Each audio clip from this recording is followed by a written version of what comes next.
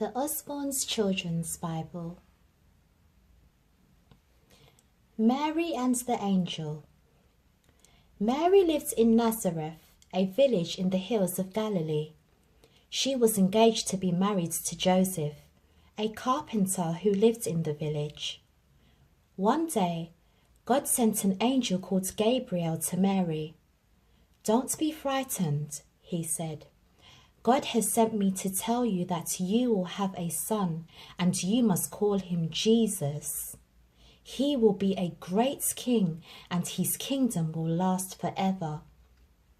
Mary was very puzzled. "I don't understand," she said to Gabriel. "How can I have a son?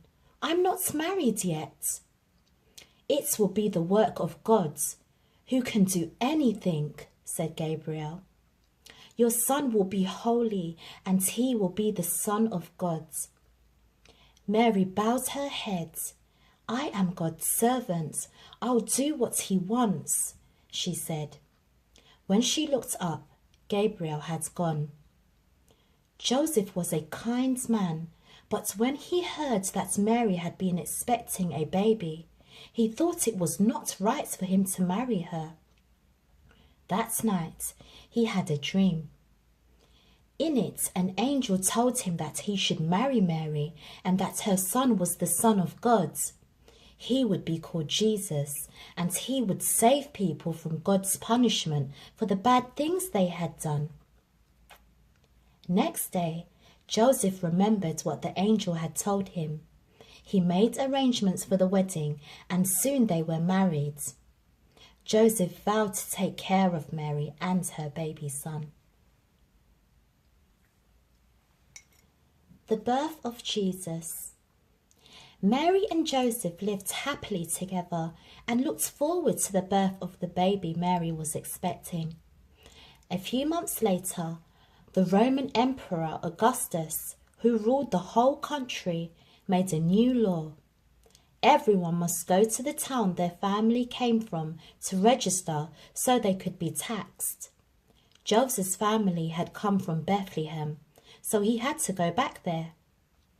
He started on the long journey with Mary, who was expecting her baby quite soon. They loaded up their donkey with warm clothes, food, water, and things for the baby. It was late when they reached Bethlehem, and Mary was very tired. The small town was crowded and noisy, with all the people who had come to register. Joseph tried to find a room to stay in for the night, but everywhere was already full. He trudged through the cold, dark streets leading the donkey Mary rode on. He knocked on the door of the last inn, but it was already full. Not one room left. There was a stable nearby, though, which was clean and empty. Joseph led the donkey to the stable. He helped Mary down. Then he made a soft bed of straw for her on the floor and covered it with his cloak. Mary ate some food and then lay down, thankful that she could rest at last. That night, Mary's baby son was born. She washed him and wrapped him in the clothes she had brought with her. Joseph filled a manger with soft, clean hay to make a bed for the baby, and Mary laid him gently in it. She called her new baby Jesus, as the angel had told her to, and he was the Son of God. Out on the hills near Bethlehem, some shepherds lay around their campfire, guarding their flocks of sheep during the night. Suddenly, they saw a brilliant light in the dark sky, and an angel stood in front of them. They were very scared. "Don't be frightened," said the angel. "I have wonderful news for you and for all people. Tonight, the Son of God was born in a stable in Bethlehem."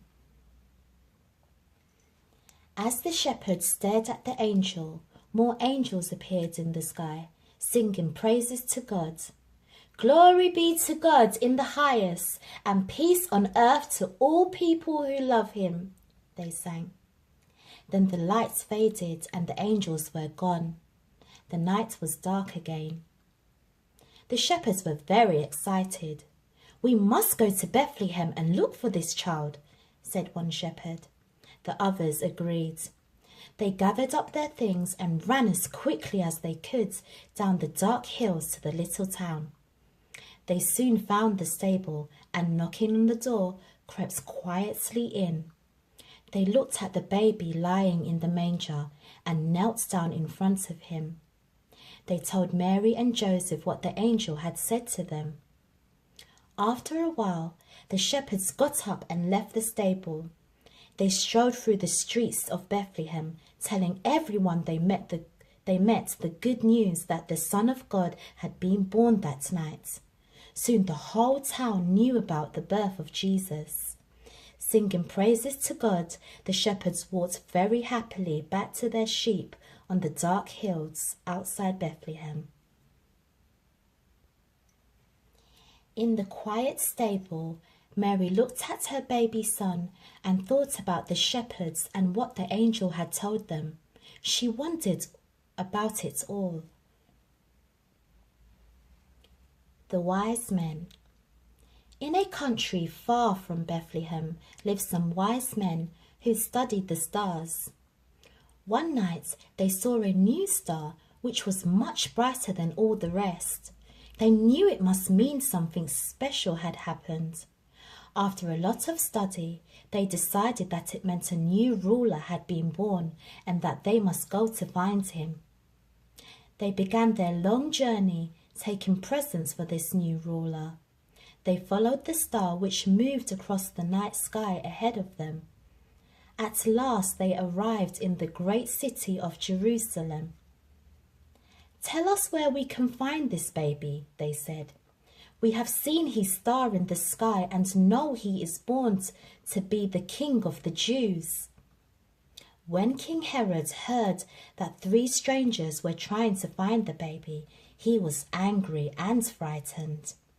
The Roman rulers of the country had made Herod the king of the Jews. He asked his priests and wise men what it meant. They studied the old records and told King Herod that many years ago it had been forecast that the King of the Jews would be born in Bethlehem. Herod asked for a secret meeting with the wise men. When they came, he told them to go to Bethlehem. "When you find this child, let me know so that I can worship him too," he said. The wise men agreed and started at once along the roads to Bethlehem. The star still moved ahead of them and then seemed to stop over the town. The wise men knew that they'd come to the right place. They soon found out where Mary and Joseph were. When they saw baby Jesus, the wise men knelt down in front of him and gave Mary the presents they had brought with them. The presents were gold and sweet-smelling frankincense and a special ointment called myrrh. Then the wise men went quietly away. On their way back to King Herod in Jerusalem, they camped outside Bethlehem. That night they had a dream in it. An angel warned them that King Herod planned to kill Jesus. In the morning, they loaded their camels and went, not to Jerusalem, but by a different road back to their own country. Joseph also had a dream. An angel warned him that Jesus was in danger and he must take Mary and the baby to Egypt, where they would be safe. Joseph woke Mary and quickly packed up their things. Carrying baby Jesus, they started on their long journey to Egypt while it was still dark. When King Herod realized he'd been tricked by the wise men, he was furious. He was afraid that this new king of the Jews would seize his throne. He ordered his soldiers to march to Bethlehem and kill all the boys under 2 years old. The people had always hated this cruel king, and now they hated him even more. Mary and Joseph lived safely with Jesus in Egypt. Then Joseph had another dream. An angel told him that King Herod was dead and he should take Mary and Jesus back to Nazareth. After another very long journey, they settled down in their own home. The end.